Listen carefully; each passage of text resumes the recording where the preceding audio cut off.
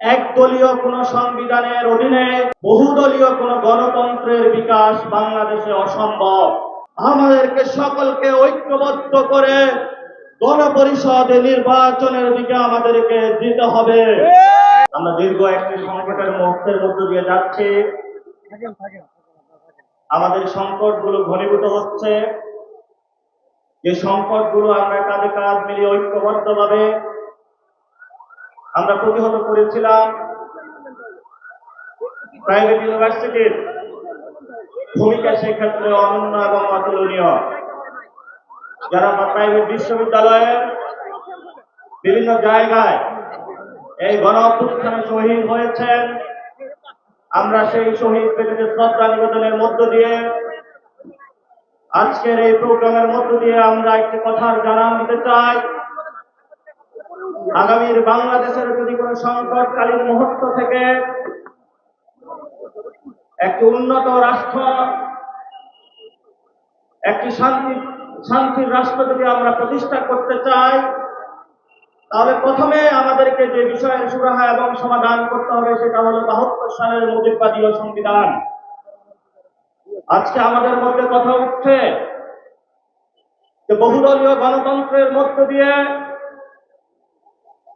আগামীর বাংলাদেশের যে ভবিষ্যৎ রূপরেখা, সেই ভবিষ্যৎ রূপরেখার মধ্যে যেতে হবে। সেখানে আমরা স্পষ্টত বলতে চাই, একদলীয় কোন সংবিধানের অধীনে বহুদলীয় কোন গণতন্ত্রের বিকাশ বাংলাদেশে অসম্ভব। বাংলাদেশেও যে অপরাপর রাজনৈতিক দলগুলো রয়েছেন, আপনাদের প্রজ্ঞা, আপনাদের রাজনৈতিক লড়াই, আপনাদের দীর্ঘ ত্যাগ তিতিক্ষাকে আমরা সম্মান করি। কিন্তু সেই সম্মানের জায়গাটা যদি মর্যাদাকর আসলে আপনারা প্রতিষ্ঠিত হতে চান, তাহলে ৭২-এর একদলীয় যে গণতন্ত্রের যে যাত্রা, বাকশালের যে যাত্রা, বাংলাদেশের গত ৫৩ বছরে বাংলাদেশের সকল প্রতিষ্ঠানগুলোকে ধ্বংস করে দেওয়া হয়েছে। বাংলাদেশের মা মাটি মানুষের এই অস্তিত্বকে বিলীন করে আমাদের ট্যাক্সের টাকাগুলোকে বিদেশে পাঠিয়ে দেওয়া হয়েছে। আমাদের এই প্রিয় মাতৃভূমিকে নিয়ে বিদেশি যে শক্তিগুলো গত ৫৩ বছরে খেলাধুলা করেছে, আমরা যদি সেগুলো প্রতিহত করতে চাই, তাহলে আমাদের একটি বহুদলীয় সংবিধান প্রয়োজন।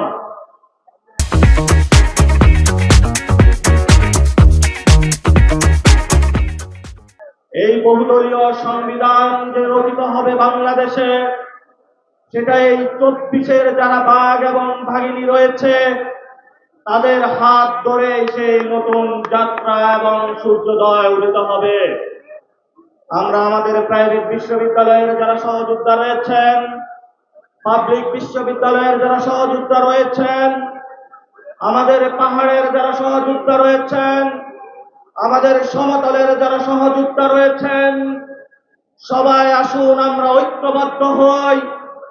মুজিববাদী সংবিধান, একদলীয় সংবিধান থেকে বের হয়ে আমরা বহুদলীয় সংবিধান রচনার দিকে আমরা অগ্রসর হই।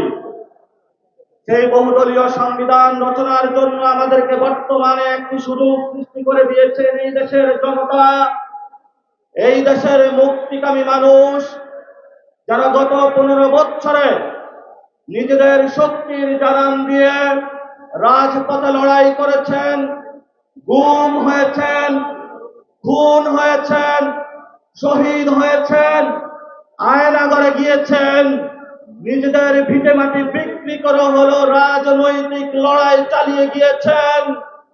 সেই সকল ত্যাগ তিতিক্ষার জন্য আগামীর বাংলাদেশের সংকট সমাধানের জন্য আমাদেরকে সকলকে ঐক্যবদ্ধ করে গণপরিষদ নির্বাচনের দিকে আমাদেরকে দিতে হবে।